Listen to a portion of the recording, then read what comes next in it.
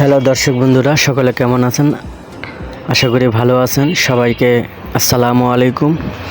আমরা এক অদ্ভুত সময়ের মধ্য দিয়ে যাচ্ছি, যেখানে আমাদের চারপাশে সব কিছু ডিজিটাল হয়ে যাচ্ছে। আমাদের যোগাযোগ, কেনাকাটা, এমনকি পড়াশোনা এখন ইন্টারনেটের উপর নির্ভরশীল। কিন্তু আপনি কি কখনো ভেবেছেন আমাদের অর্থ বা কারেন্সি কেন এখনও পুরনো ধাঁচেই রয়ে গেছে? ঠিক এই ভাবনা থেকে 2009 সালে এক রহস্যময় ব্যক্তি বা গোষ্ঠী, যার নাম সাতোশি নাকামোতো, পৃথিবীতে নিয়ে এলেন বিটকয়েন। আজকের ভিডিওতে আমরা কোনো বিটকয়েন কেনা বেচা টিপস দেব না, বরং আমরা জানব বিটকয়েন কি, এটি কেন বিশ্ব অর্থনীতি এক বৈপ্লবিক পরিবর্তন আনেছে এবং কেন একে বলা হয় ডিজিটাল গোল্ড। এটি সম্পূর্ণ একটি শিক্ষামূলক ভিডিও, যা আপনাকে ভবিষ্যতে অর্থনীতি বুঝতে সাহায্য করবে। সহজ কথায়, বিটকয়েন হলো প্রথম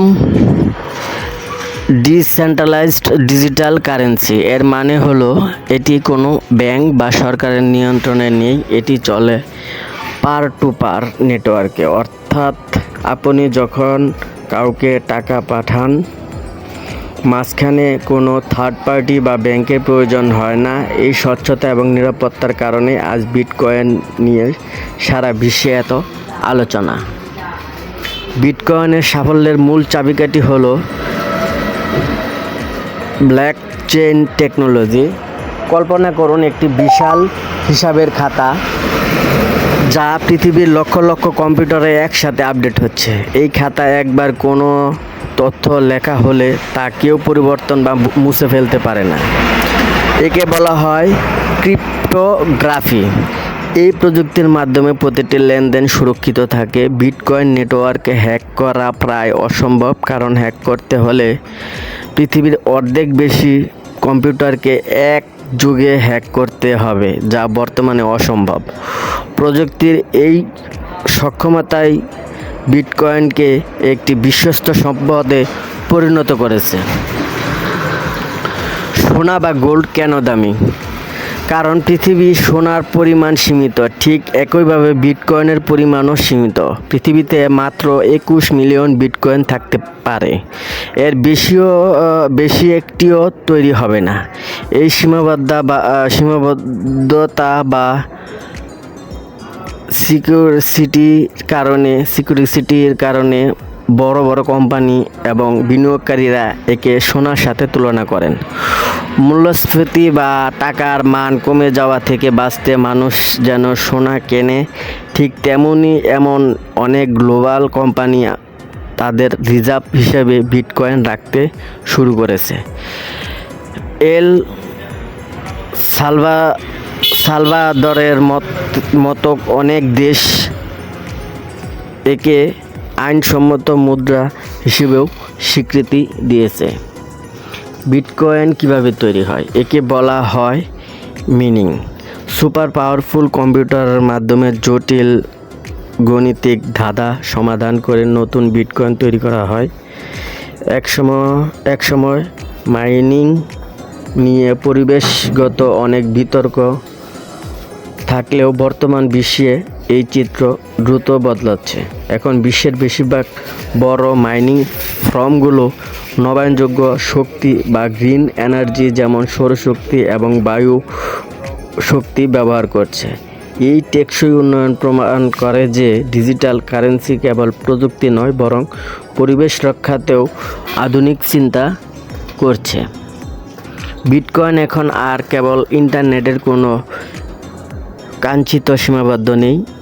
ওয়াল স্ট্রিটের বড় বড় বিনিয়োগকারী থেকে শুরু করে সাধারণ মানুষ সবাই এখন বিটকয়েন সম্পর্কে জানতে আগ্রহী। ইউরোপীয় ইউনিয়ন এবং আমেরিকার সরকার এখন ক্রিপ্টো রেগুলেশন বা ডিজিটাল কারেন্সি পরিচালনার জন্য আইনি কাঠামো তৈরি করেছেন। এই রেগুলেশন কেন জরুরি? কারণ এর ফলে সাধারণ মানুষ নিরাপত্তা বাড়বে এবং জালিয়াতি বন্ধ হবে। যখন একটি সিস্টেম আইনের আওতায় আসে তখন তার পুরো মানুষের বিশ্বাসযোগ্যতা আরও বাড়ে। বিটকয়েন কেবল একটি মুদ্রা নয়, এটি আমাদের প্রথাগত ব্যাংকিং সিস্টেমকে নতুনভাবে সাজানোর একটি বড় অনুপ্রেরণা।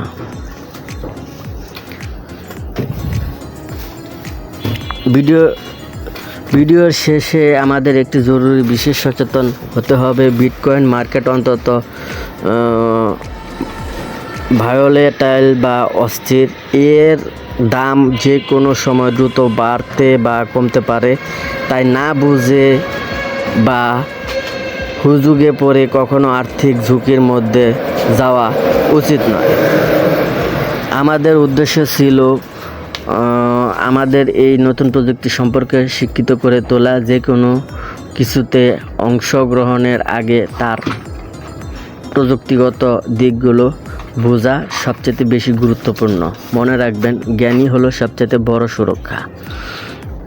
বন্ধুরা, বিটকয়েন এবং ব্লকচেন টেকনোলজি হয়তো সামনের দিকে আরও লেনদেন ধারণ পুরোপুরি বদলে দেবে। আজকে এই গাইডলাইনটি যদি আপনার সামান্য উপকার আসে তাহলে অবশ্যই শেয়ার করবেন। বিটকয়েন কেন এত শক্তিশালী, এখন এটা জানি।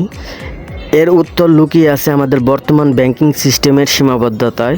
দারুণ, আপনি দেশের বাইরে টাকা পাঠাতে চান, এতে বেশ কয়েকদিন সময় লাগে এবং মোটা অঙ্কের ফি দিতে হয়। কিন্তু বিটকয়েন এই প্রক্রিয়াকে করেছে সহজ ও দ্রুত। প্রথাগত ব্যাংকিং সিস্টেমে এই কেন্দ্রীয় কর্তৃপক্ষ থেকে যারা আপনার লেনদেন নিয়ন্ত্রণ করে, কিন্তু বিটকয়েন নেটওয়ার্কের কোনো মালিক নেই। এটি একটি ওপেন সোর্স সিস্টেম। এখানে আপনি নিজেই নিজের ব্যাংকের মতো কাজ করতে পারেন। এই ফিনান্সিয়াল ফ্রিডম বা আর্থিক স্বাধীনতা ধারণাটাই বিশ্বের তরুণ প্রজন্মকে বিটকয়েনের প্রতি আগ্রহী করে তুলেছে। বিটকয়েনের একটি বিশেষ বৈশিষ্ট্য হলো এর হার্ডিং প্রক্রিয়া। প্রতি 4 বছর অন্তর নতুন বিটকয়েন তৈরি গতি অর্ধেক হয়ে যায়। এর মানে হলো সময়ের সাথে সাথে বিটকয়েনের পাওয়ার কঠিন হয়ে পড়ে। অর্থনৈতিক একে বলা হয় ডিফ্লেশনারি মডেল, যেখানে সাধারণ মুদ্রার মান মূল্যস্ফীতির কারণে কমে যায়।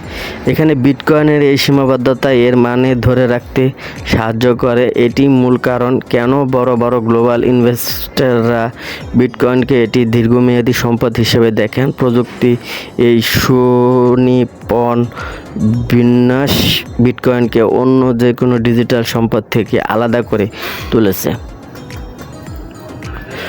একটা সময় ছিল যখন বিটকয়েনকে কেবল টেক গ্রিকদের শখ মনে করা হতো, কিন্তু বর্তমান চিত্র সম্পূর্ণ ভিন্ন। মাইক্রোস্ট্রেটেজি, টেসলা বা ব্ল্যাকরকের মতো বিশ্বের স্থানীয় প্রতিষ্ঠানগুলো এখন বিটকয়েনে তাদের ব্যালেন্স শিটে যুক্ত করেছেন। এমনকি এখন তাদের দেশের পেনশন ফান্ডও বিটকয়েনে ETF বা এক্সচেঞ্জ ট্রাজেড ফান্ডে বিনিয়োগ করেছে। যখন বিশ্বের বড় বড় অর্থনৈতিক শক্তিগুলো এখন প্রযুক্তির উপর আস্থা রাখে, তখন তার গ্রহণযোগ্যতা সাধারণ মানুষের কাছে বেড়ে যায়। এটি প্রমাণ করে যে বিটকয়েন কেবল একটি এক্সপেরিমেন্ট নয়, বরং এটি একটি স্থানীয় গ্লোবাল ফিনান্সিয়াল অ্যাসেট। শিক্ষামূলক আলোচনা এই পর্যায়ে আমাদের জানা জরুরি কিভাবে বিটকয়েন সুরক্ষিত রাখা হয় এবং কেন ফিজিক্যাল ব্যাংক নেই, আছে ডিজিটাল ওয়ালেট।